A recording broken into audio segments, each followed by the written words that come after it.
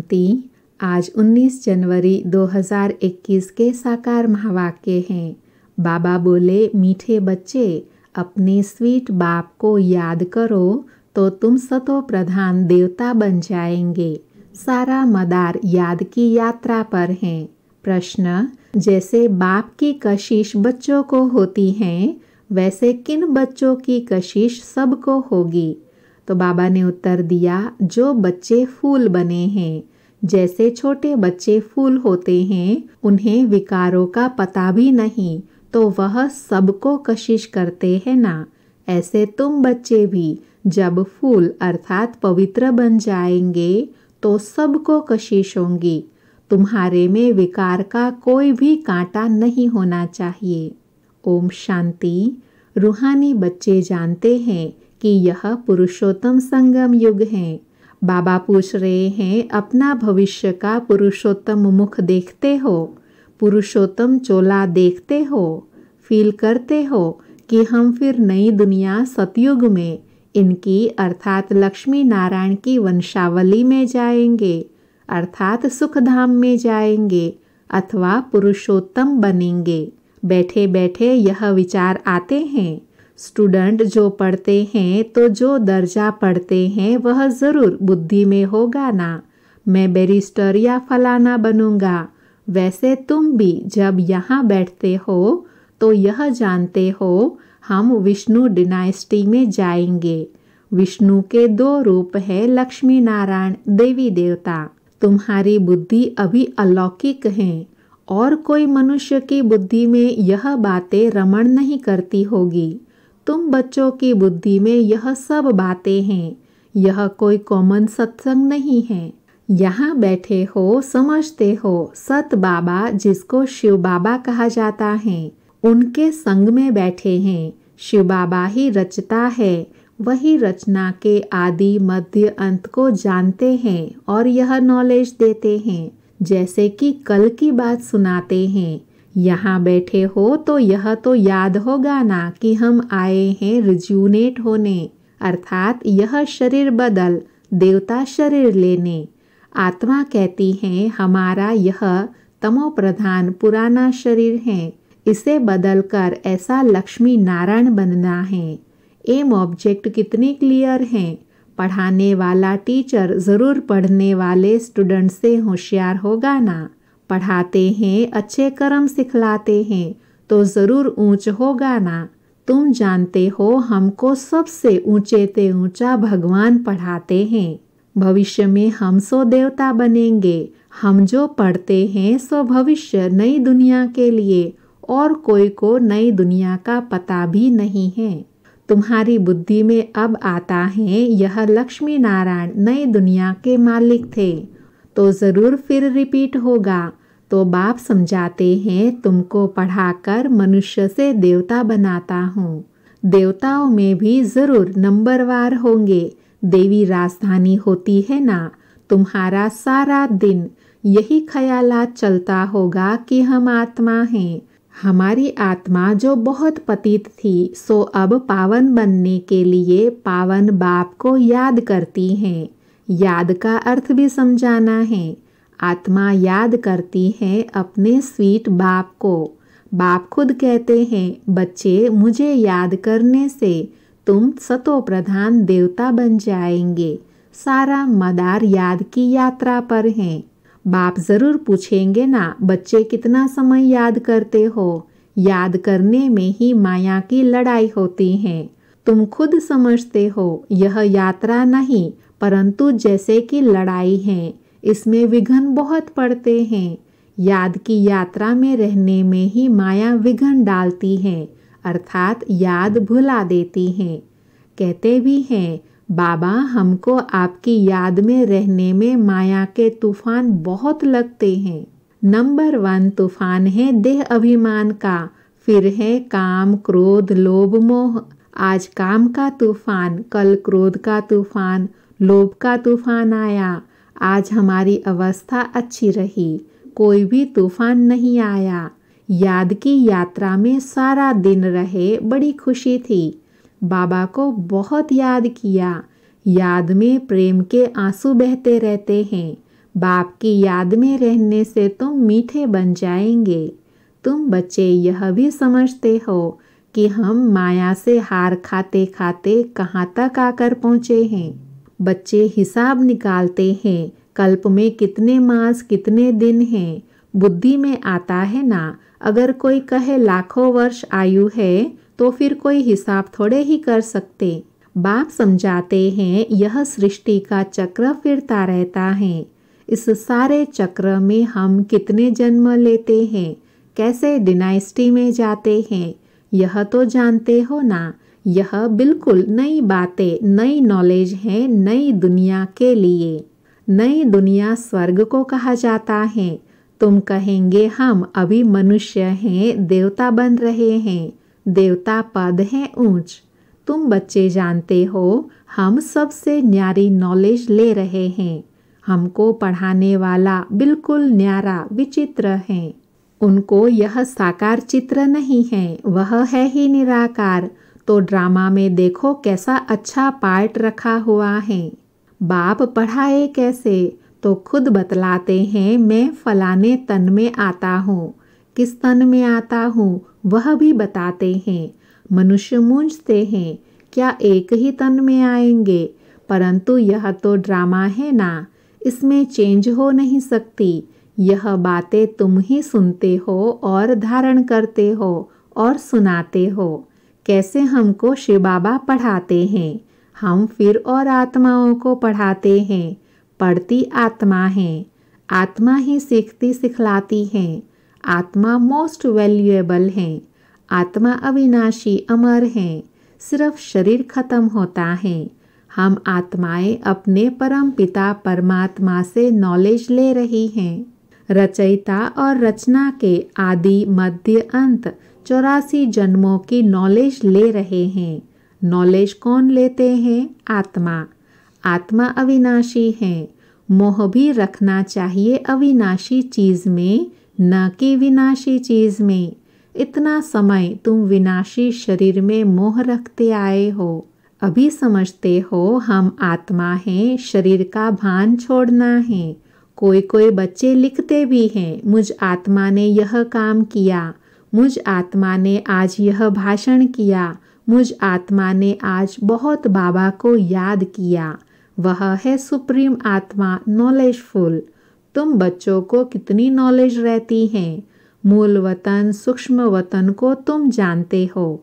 मनुष्यों की बुद्धि में तो कुछ भी नहीं है। तुम्हारी बुद्धि में है रचता कौन है। इस मनुष्य सृष्टि का क्रिएटर गाया जाता है तो जरूर कर्तव्य में आते हैं। तुम जानते हो और कोई मनुष्य नहीं जिसको आत्मा और परमात्मा याद हो। बाप ही नॉलेज देते हैं कि अपने को आत्मा समझो। तुम अपने को शरीर समझ उल्टे लटक पड़े हो। आत्मा सत चित आनंद स्वरूप है। आत्मा की सबसे जास्ती महिमा है। एक बाप के आत्मा की कितनी महिमा है। वही दुख हरता सुख करता है। मच्छर आदि की तो महिमा नहीं करेंगे कि वह दुख हरता सुख करता है, ज्ञान का सागर है। नहीं, यह बाप की महिमा है। तुम भी हर एक खुद दुख हरता सुख करता हो, क्योंकि उस बाप के बच्चे हो ना, जो सबका दुख हर कर और सुख देते हैं, सो भी आधा कल्प के लिए। यह नॉलेज और कोई में है नहीं। नॉलेजफुल एक ही बाप है। हमारे में नो नॉलेज। एक बाप को ही नहीं जानते हैं तो बाकी फिर क्या नॉलेज होंगी। अभी तुम फील करते हो हम पहले नॉलेज लेते थे, कुछ भी नहीं जानते थे। बेबी में अर्थात छोटे बच्चे में नॉलेज नहीं रहती है और कोई अवगुण भी नहीं होता है। इसलिए उनको महात्मा कहा जाता है, क्योंकि पवित्र हैं। जितना छोटा बच्चा उतना नंबर 1 फुल, बिल्कुल ही जैसे कर्मातीत अवस्था है। कर्म विकर्म को कुछ नहीं जानते, सिर्फ अपने को ही जानते हैं। वह फूल है, इसीलिए सबको कशिश करते हैं, जैसे अब बाबा कशिश करते हैं। बाप आए ही हैं तुम सबको फूल बनाने। तुम्हारे में कई बहुत खराब कांटे भी हैं। 5 विकार रूपी कांटे हैं ना, इस समय तुमको फूल और कांटों का ज्ञान है। कांटों का जंगल भी होता है। बबूल का कांटा सबसे बड़ा होता है। उन कांटों से भी बहुत चीज़ें बनती हैं, भेंट की जाती है मनुष्य की। बाप समझाते हैं इस समय बहुत दुख देने वाले मनुष्य कांटे हैं, इसलिए इनको दुख की दुनिया कहा जाता है। कहते भी हैं बाबा सुखदाता है, माया रावण दुखदाता है। फिर सतयुग में माया होंगी नहीं तो यह कुछ भी बातें नहीं होंगी। ड्रामा में एक पार्ट 2 बारी नहीं हो सकता। बुद्धि में है सारी दुनिया में जो पार्ट बजता है वह सब नया। तुम विचार करो, सतयुग से लेकर यहाँ तक के दिन ही बदल जाते, एक्टिविटी बदल जाती। 5000 वर्ष की पूरी एक्टिविटी का रिकॉर्ड आत्मा में भरा हुआ है, वह बदल नहीं सकता। हर आत्मा में अपना पार्ट भरा हुआ है। यह एक बात भी कोई समझ नहीं सकते। अभी आदि मध्य अंत को तुम जानते हो, यह स्कूल है ना। सृष्टि चक्र के आदि मध्य अंत को जानना है और फिर बाप को याद कर पवित्र बनने की पढ़ाई है। इनके पहले जानते थे क्या हमको यह बनना है? बाप कितना क्लियर कर समझाते हैं। तुम पहले नंबर में यह थे, तुम फिर नीचे उतरते उतरते अब क्या बन गए हो। दुनिया को तो देखो क्या बन गई है, कितने ढेर मनुष्य हैं। इन लक्ष्मी नारायण की राजधानी का विचार करो क्या होगा। यह जहाँ रहते होंगे कैसे हीरे जवाहरतों के महल होंगे। बुद्धि में आता है अभी हम स्वर्गवासी बन रहे हैं, वहाँ हम अपने मकान आदि बनाएंगे। ऐसे नहीं कि नीचे से द्वारिका निकल आएंगी जैसे शास्त्रों में दिखाते हैं। शास्त्र नाम ही चला आता है और कोई नाम रख नहीं सकते। और किताब होते हैं पढ़ाई के, दूसरे नॉवेल्स होते हैं, बाकी इनको पुस्तक अथवा शास्त्र कहते हैं।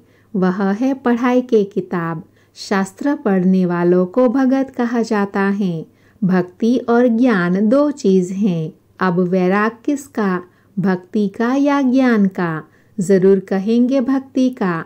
अब तुमको ज्ञान मिल रहा है जिससे तुम इतना ऊंच बनते हो। अब बाप तुमको सुखदाई बनाते हैं। सुखधाम को ही स्वर्ग कहा जाता है।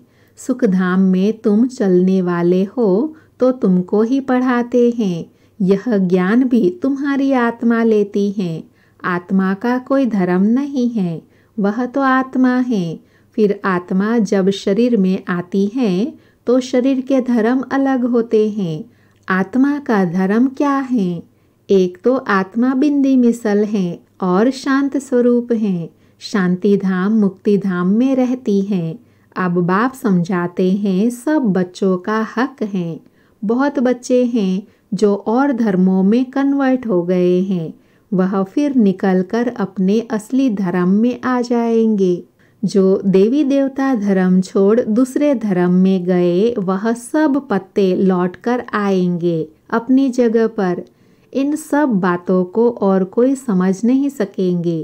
पहले पहले तो बाप का परिचय देना है, इसमें ही सब मुंझे पड़े हैं। तुम बच्चे जानते हो अभी हमको कौन पढ़ाते हैं? बाप पढ़ाते हैं। कृष्ण तो देहधारी हैं, इनको अर्थात ब्रह्मा बाबा को दादा कहेंगे। सब भाई भाई है ना। फिर है मर्तबे के ऊपर, यह भाई का शरीर है, यह बहन का शरीर है। यह भी अब तुम जानते हो। आत्मा तो एक छोटा सा सितारा है।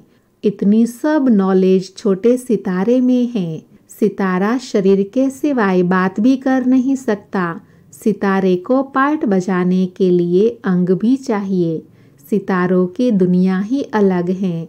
फिर यहाँ आकर आत्मा शरीर धारण करती है। वह आत्माओं का घर है परम धाम। आत्मा छोटी बिंदी है, शरीर बड़ी चीज़ है, तो उनको कितना याद करते हैं। अभी तुमको याद करना है एक परमपिता परमात्मा को। यही सत्य है। जबकि आत्मा और परमात्मा का मेला होता है। गायन भी है, आत्माएं परमात्मा अलग रहे बहुकाल। सुंदर मेला हो गया जब सतगुरु मिले दलाल। हम बाबा से अलग हुए हैं ना, याद आता है कितना समय अलग हुए हैं। बाप जो कल्प कल्प सुनाते आए हैं वही आकर सुनाते हैं। इसमें ज़रा भी फर्क नहीं हो सकता। सेकंड बाय सेकंड जो एक्ट चलती है वह नहीं। 1 सेकंड पास होता है, मिनट पास होता है, उनको जैसे छोड़ते जाते हैं। पास होता जाता है ताकि कहेंगे इतने वर्ष, इतने दिन, इतने मिनट, इतने सेकंड पास कर आए हैं। पूरा 5000 वर्ष होगा, फिर 1 नंबर से शुरू होगा। एक्यूरेट हिसाब है ना, मिनट सेकंड सब नोट करते हैं। अभी तुमसे कोई पूछे इसने कब जन्म लिया था, तुम गिनती कर बताते हो। कृष्ण ने पहले नंबर में जन्म लिया है। शिव का तो मिनट सेकंड कुछ भी नहीं निकाल सकते हो। कृष्ण की तिथि तारीख पूरा लिखा हुआ है। मनुष्य की घड़ी में फर्क पड़ सकता है। मनुष्यों की घड़ी में फर्क पड़ सकता है मिनट सेकंड का।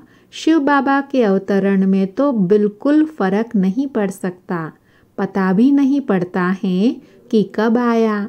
ऐसे भी नहीं साक्षात्कार हुआ तब आया, नहीं अंदाज से कह देते हैं।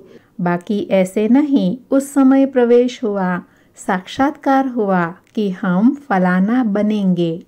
अच्छा, मीठे मीठे सिकिलते बच्चों प्रति माता पिता बाप दादा का याद प्यार और गुड मॉर्निंग।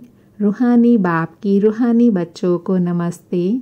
हम रूहानी बच्चों की रूहानी माता पिता बाप दादा को याद प्यार गुड मॉर्निंग और नमस्ते।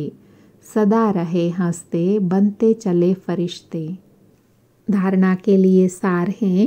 पहला, सुखधाम में चलने के लिए सुखदाई बनना है। सबके दुख हर कर सुख देना है। कभी भी दुखदाई कांटा नहीं बनना है। दूसरा, इस विनाशी शरीर में आत्मा ही मोस्ट वैल्यूएबल है। वही अमर अविनाशी है। इसलिए अविनाशी चीज़ से प्यार रखना है। देह का भान मिटा देना है।